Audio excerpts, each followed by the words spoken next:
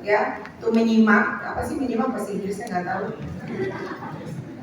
ya, from Pak Anan yang menjadi keynote speaker tentang pentingnya kita itu untuk menjaga bumi ini melalui usaha-usaha kita di dalam climate change. Awareness, kesadaran kita untuk anak-anak kita, misalnya jangan sampai membuang sampah, listrik dimatikan dan lain sebagainya. Itu penting banget kita lakukan. Dan terima kasih. Itu aja yang ingin saya sampaikan. Teman-teman harus semangat ya. Semangat gak? Semangat. Oke. Kita yel-yel PGRI ya, menunjukkan bahwa kita selalu semangat. Selamat datang Bapak Ibu, silakan yang baru datang. Ya, kita mulai 1, 2, 3. Hidup guru. Hidup. Hidup PGRI. Hidup. Solidaritas. Yes. Terima kasih. Pagi kita seminar bersama-sama. Siang hari teman-teman dari kampus PGRI akan menyampaikan tentang seminar internasional yang lebih luas lagi, ya, yang akan dilakukan baik secara online maupun offline. Dari banyak sekali paper yang masuk, termasuk ibu juga membuat, ya, supaya nggak ketinggalan itulah. Jangan cuma bicara aja, jadi ibu harus jadi contoh lah buat kalian. Ya. Terima kasih. Assalamualaikum warahmatullahi wabarakatuh. Thank you for welcome to Jakarta. Thank you, Ibu Ilma. For our fellow partners from the Education International Consortium partners, Ibu Inifa is highlighting on the message that we would like to convey on these international seminars on the importance of the role of educators on cultivating the climate change awareness. This is also emphasizing on the shared responsibility we have as a teacher. Doesn't have to be started from the complex action, but we can start with very simple actions in the classrooms. Ibu Inifa also remind us that on the 14th of December, there will be a very big event inviting the teachers from all around Indonesia to celebrate the anniversary of PGRI. At the same time, we're celebrating the Teachers' Day. And today's seminars, not only inviting the different regions from Indonesia on site, but also inviting hundreds of teachers and also lecturers online. You can see on the screen there, we have many participants from almost all the regions of Indonesia. So that is the highlight of Ibu Inifa speech, and would like to continue by having Mr. Anand Singh, the Director of Education International Asia Pacific, who will share his official remarks and also keynote. Thank you, Siska, and good morning, PGRI. Good morning. Wow.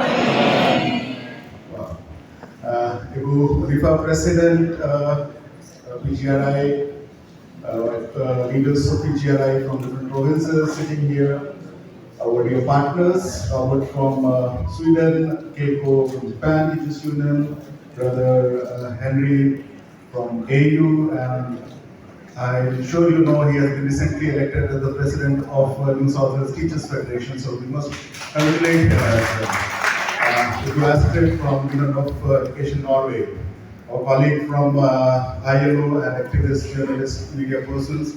I bring greetings from my organization, Education International, on behalf of the regional committee and the regional office.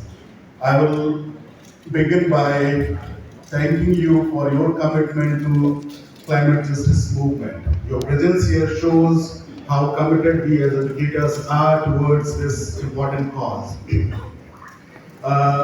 This is your commitment that inspires us, that motivates us to continue our campaign that we call Educators for Sustainable Development. And this seminar is a part of that Educators for Sustainable Development campaign. It all started with at least 3 years ago. It all started with a small thought that we'll bring together educators and talk about climate change, because this is something which is affecting all of us in Asia Pacific. And so we organized an online conference. We were thinking there would be 15, 20, 100 people maximum, but with the interest and the number of participants that attended that conference, we thought that, no, this is something that our educators and our unions want us to do more often. So we started this campaign. We brought together our Pacific region in Matoka in 2023. Then we brought together our Southeast Asian unions in Bangkok early this year, where the organizations developed, not only discussed what are the pressing issues for the sub-regions, but they also developed national action plans. And as part of those action plans, I'm happy to report that our unions, for example, in NEDP Malaysia, they are working with certain number of schools to raise awareness among the children, among the teachers on why climate change is important and how you can contribute towards mitigating impacts of climate change. In Cambodia, where unions are a bit weak, they are also taking some initiatives and they had launched a massive plantation drive, for example.